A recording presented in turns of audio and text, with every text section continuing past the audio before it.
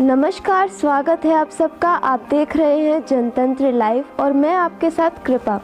आज के बुलेटिन की शुरुआत करने से पहले आइए नजर डालते हैं अब तक की सुर्खियों पर।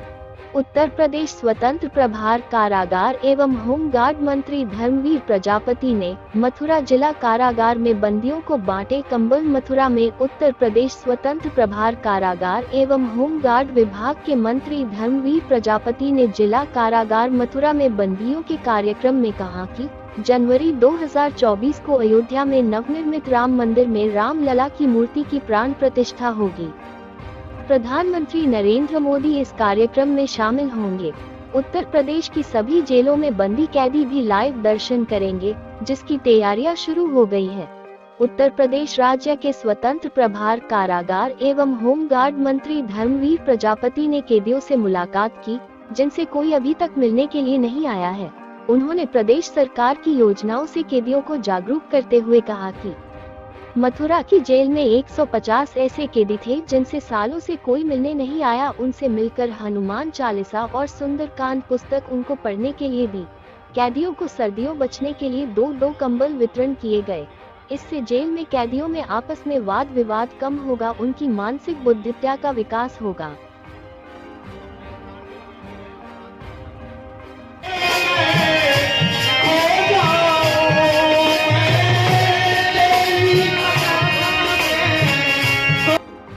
देखिए, जब सर्दियाँ आती हैं संपूर्ण उत्तर प्रदेश में सभी जेलों में लगभग 100, 150, 200, 250 बंदी ऐसे होते हैं जिनसे सालों से कोई परिजन उनका मिलने आता नहीं। जेल की बैरकें बड़ी बड़ी होती हैं और जेल के जो कंबल मिलते हैं उसी में उनको सर्दियाँ बितानी होती हैं, और परिवार का कोई भी व्यक्ति जब मिलने नहीं आता है तो कोई गर्म कपड़ा उनको नहीं मिल पाता है। इस कारण से संपूर्ण प्रदेश में एक अभियान चलाकर हम ऐसे कैदियों को कंबल वितरण करना, गर्म कपड़े वितरण करना, ये कार्यक्रम हमारा चलता है। उसी के तहत आज मथुरा की जेल में लगभग 150 कैदी ऐसे थे जिनसे कोई मिलने नहीं आता था, उनका कोई परिजन नहीं आता था। उसमें करीब 50 बंदी बुजुर्ग बंदी थे, तो उनके लिए हमने 2-2 कंबल दिए हैं। एक हल्का है, एक थोड़ा ठीक है, और बाद बाकी बंदियों को सभी को एक एक कंबल दिया है और सुंदरकांड की पुस्तक का वितरण भी किया है। हनुमान चालीसा सुंदरकांड का वितरण भी हम लोग सभी जेलों में कर रहे हैं। इसका अनुभव हमें एक जेल से ही मिला था। कानपुर की जेल में हम एक कार्यक्रम में गए थे, वहाँ एक समाजसेवी संस्था ने सुंदरकांड और हनुमान चालीसा की कुछ पुस्तकें लेकर के वो बांटा, और हमने देखा वहाँ कैदियों में स्पर्धा, कहीं हम ना छूट जाएं, हम ना छूट जाएं।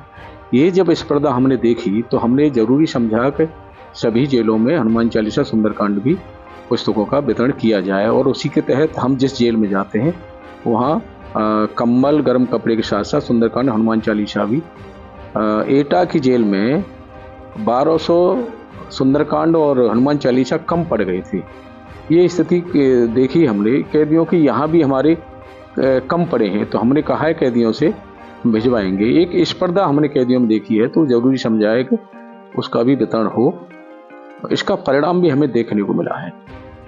कैदियों की इधर जो धार्मिक आस्था बढ़ी है, तो पिछले ये जब तक माननीय मुख्यमंत्री के नेतृत्व में सरकार दूसरा कार्यकाल चला है, तब से कैदियों में वाद विवाद, आपस में वैमनस्यता ये देखने को कम मिल रही है। ऐसी घटनाएं नहीं हो रही, तो एक सार्थक परिणाम सामने आ रहा है और सार्थक सोच कैदियों की बदली है, ये हमें प्रमाण देखने को मिला है।